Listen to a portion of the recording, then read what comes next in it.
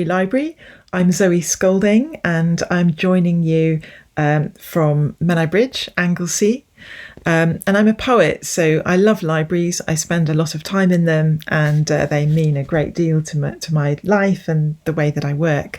And I'm going to begin by reading a poem called Library.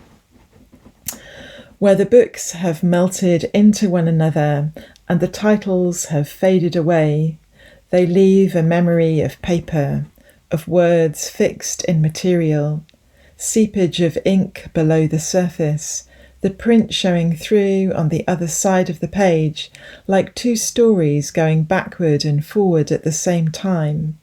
You had to make your mind up. There was something to lose and find again years later, yellowed in a vault, dog-eared or slightly foxed, the wild gone underground. There was something flammable to stake your life on, in the warmth of their spines, the repetition of a word over and over under the press, hammered into the world.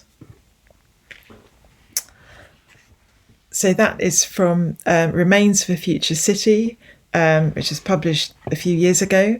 And I'd also like to read you something from a more recent book. So, Footnotes to Water, which is partly concerned with exploring a vanished river in Bangor, the Avon Adda. And one of the reasons it disappeared is no longer evident in the city and is in fact largely forgotten, is because of fears about the health risks of sort of water, urban water and damp air in particular in the 19th century. And so in the course of my research in Bangor University archives, I found a letter from Florence Nightingale to the then MP, William Rathbone MP, in 1882.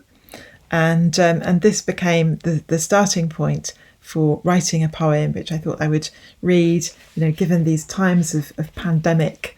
This sort of questioning about sort of where does illness come from?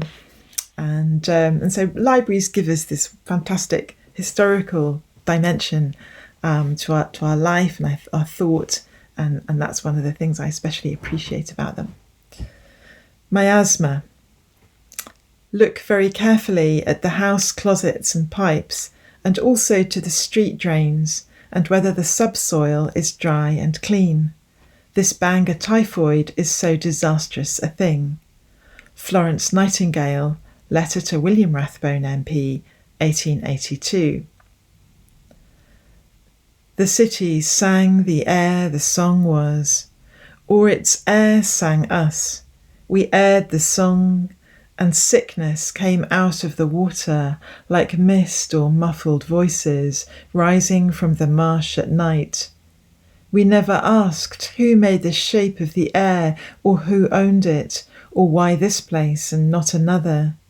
But we didn't trust the fog, and the sickness unfolded in the air, a rumour in the stench of fetid water, and the river's hushed breath crept in the unaired, unsunned room, both body and murderer.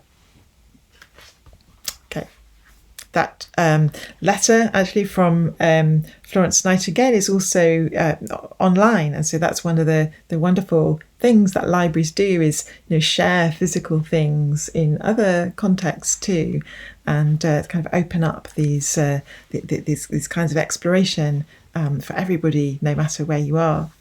Anyway, lovely to be with you, and thank you very much.